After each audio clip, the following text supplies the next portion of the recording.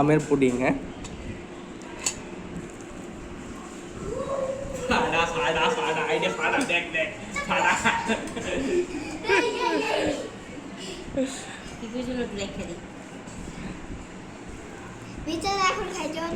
হ্যাঁ, পুডিং কাটার লেগে এত বড় চুরি। হ্যাঁ,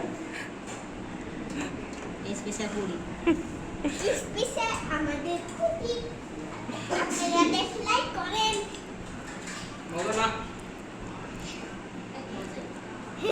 দুধের মধ্যে এমন লাগে টক করে আছে না, শুধু দুধটাই দিতেন।